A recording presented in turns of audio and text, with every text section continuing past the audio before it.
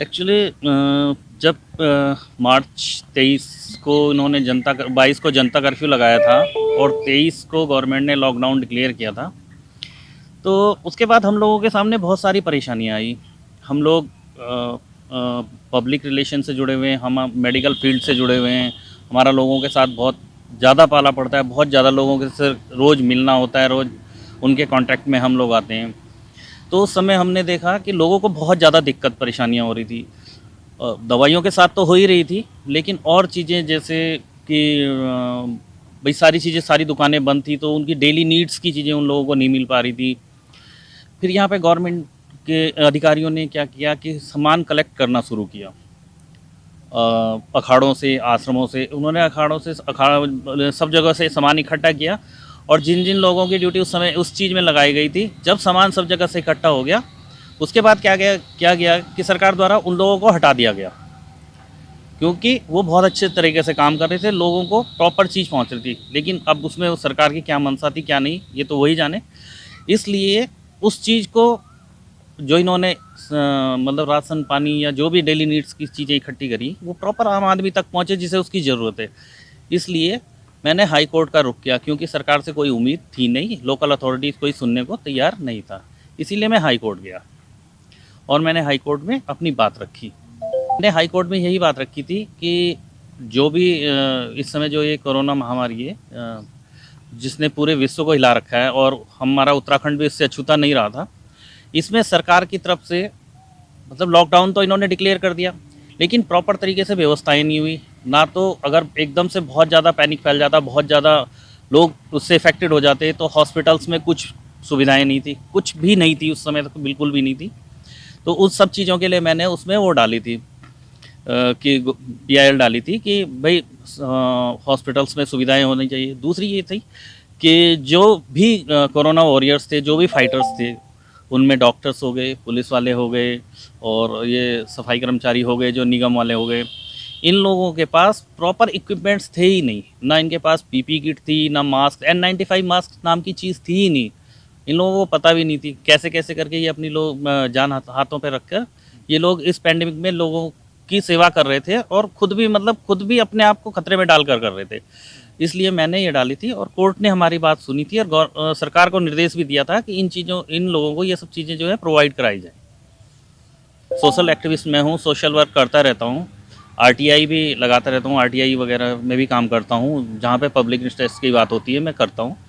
लेकिन PIL ये मेरी पहली थी, और इसके लिए पहले मैंने बहुत सोचा और बहुत इसके बारे में वो किया कि आप मतलब मैं इसमें क्या कर सकता हूँ, कैसे वो कर सकता हूँ। फिर सबसे ज़्यादा ज़रूरी था कि आपके पास एक अच्छा वकील हो, जो आपकी बात को बहुत सही तरीके से कोर्ट के सामने प्रेजेंट कर सके। तो फिर उसके बाद मैंने जो है मेरे परिचित हैं, सुप्रीम कोर्ट में प्रैक्टिस करते हैं, हाई कोर्ट में भी करते हैं, एडवोकेट शिव भट्ट। फिर मैंने उनसे बात करी, और उनसे डिस्कस करने के बाद फिर मैंने ये PIL फाइल करी। और इस PIL फाइल होने के बाद कोर्ट ने इतने सारे ऑर्डर्स गवर्नमेंट को किए हैं, जिसकी वजह से बहुत बहुत ही ज़्यादा परिवर्तन आया है। और आप भी, अब आप लोग तो रहते ही हैं, आप लोग देख ही रहे होंगे कि पहले की अपेक्षा अब जो है कोरोना वॉरियर्स के पास सुविधाएं भी हैं, हॉस्पिटल्स में भी पहले की अपेक्षा सुविधाएं, साफ़ सफाई और ये सारी चीज़ें आपको दिखाई देंगी। सबसे पहला डिसीजन तो जब प्रवासी लोग वापस उत्तराखंड आ रहे थे, तो उस समय हमने कोर्ट को कहा था कि सरकार ने लगभग 2-2.5 लाख रजिस्ट्रेशन करवाए थे उत्तराखंड आने वालों के लिए। तो हमने सरकार को ये कहा था कि ये जहाँ जहाँ से ये लोग आ रहे हैं, वहाँ वहाँ कंटेनमेंट जोन्स थे, वहाँ वहाँ कोरोना बहुत ज़्यादा फैला हुआ था, कि अगर ये लोग उत्तराखंड आएंगे और ये पहाड़ों में जाएंगे, तो जो पहाड़ की शांत वादियाँ हैं, जहाँ पे ये सब चीज़ों से अभी बचे हुए हैं, वहाँ क्या होगा कि कोरोना विस्फोट होगा। वहाँ पे किसी तरह की सुविधाएं नहीं है, वहाँ पे मेडिकल फैसिलिटीज़ नहीं है, वहाँ पे किसी भी तरह की कोई भी सुविधाएं नहीं है। अगर एक बार महामारी वहाँ फैल गई तो उसको संभालना मुश्किल हो जाएगा, और पूरे पहाड़ के पहाड़ खाली हो जाएंगे। तो कोर्ट ने हमारी बात मानी, और कोर्ट ने पहला डिसीजन ये दिया था कि जो भी प्रवासी आ रहे हैं उनको बॉर्डर एरियाज़ पे उनकी रोक के उनकी थर्मल स्कैनिंग हो, उनका RT-PCR टेस्ट हो, उनको 14 दिन के लिए बॉर्डर एरियाज़ पे क्वारंटाइन किया जाए, और उसके बाद उनके RT-PCR टेस्ट करके जब वो नेगेटिव आए तब उनको आगे भेजा जाए, और उसका सारा खर्चा जो है प्रदेश सरकार वहन करे। और दूसरा जो हमारा था वो कुंभ को लेकर था।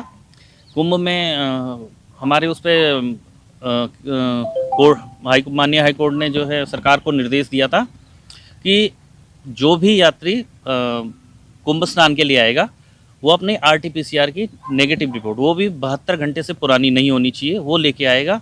अगर वो लेके नहीं आएगा तो उसको प्रवेश नहीं दिया जाएगा, साथ ही उसको पोर्टल पे अपना रजिस्ट्रेशन कराना पड़ेगा।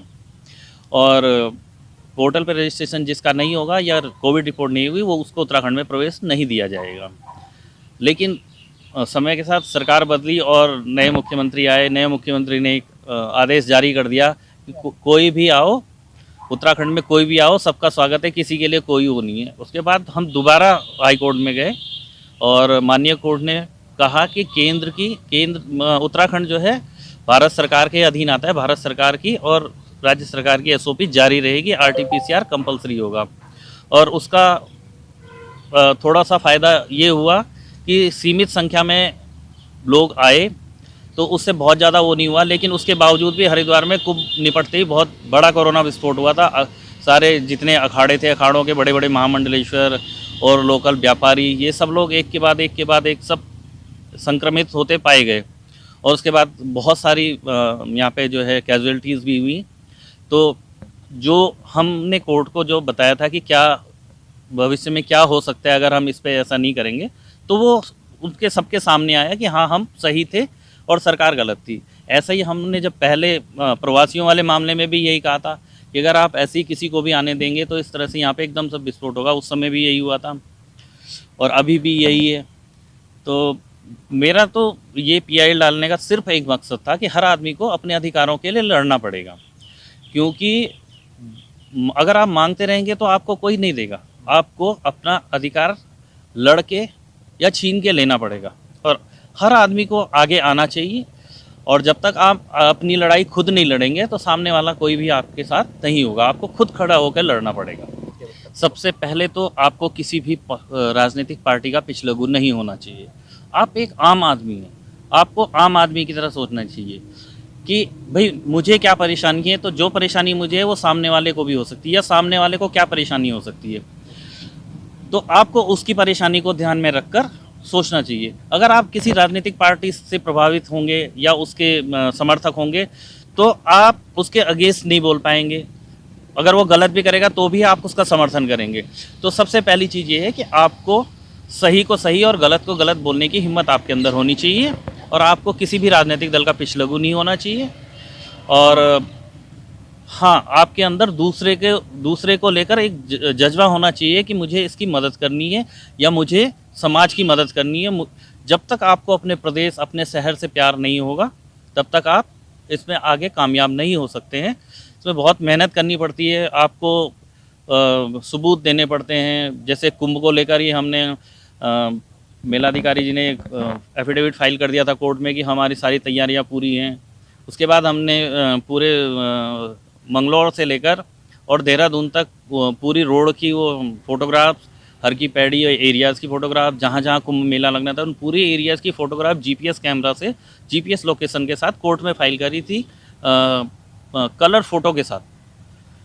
तो जब कोर्ट ने उन्हें देखा तो एफिडेविट का उसका डिफरेंस उन्हें पता चला और फिर कोर्ट ने हाई कोर्ट ने जो है एक टीम गठित करी। उसमें मेरे एडवोकेट थे शिव भट्ट और chief standing counsel Uttarakhand CS Rawat ji थे। आपके जिला जज हरिद्वार थे लेकिन वो उपस्थित ना हो सके, तो वो थी सीनियर जज शिवानी पसवाला मैम और मेलाधिकारी जी थे।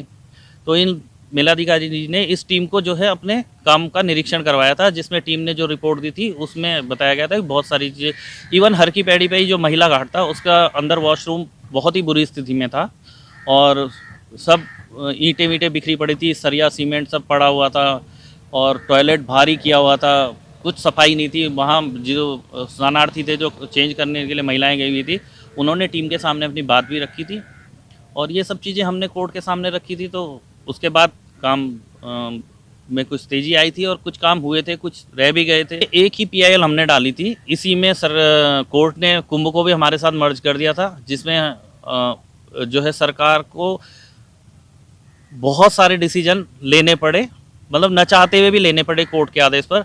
और इसी में इससे पहले जो चीफ जस्टिस थे माननीय आर रवि मलिमत साहब ने हमको बहुत अप्रिसिएट किया था, और मलिमत साहब से वर्चुअल कोर्ट में मैं भी उपस्थित था, तो मलिमत साहब ने मुझे और मेरे एडवोकेट को बहुत ज़्यादा अप्रिसिएट किया था। उन्होंने कहा था you are doing a very noble job, और आई अप्रिसिएट यू। हर आदमी को आप लोगों से सीखना चाहिए कि आप अपने प्रदेश के लिए, अपने लोगों के लिए क्या कर सकते हैं और कैसे कर सकते हैं। इस तरह का तो अभी तक तो कोई ऐसा आया नहीं है, और बाकी प्रलोभन की मुझे ज़रूरत नहीं है। 2 रोटी सुबह 2 रोटी शाम को खाता हूँ, और भगवान का दिया सब कुछ है। किसी तरह की कोई नीड नहीं है, कोई प्रलोभन की तो कोई बात नहीं है। धमकी से मैं वैसे डरता नहीं है, क्योंकि मैं तो सनातनी आदमी हूँ, भगवान भोलेनाथ पे भरोसा करके चलता हूँ। जिस दिन आई होगी बिना धमकी के भी चले जाएंगे, और नहीं आई होगी तो धमकी वमकी सब यहीं रह जाएंगी। तो इन सब चीज़ों से तो कोई दिक्कत नहीं है।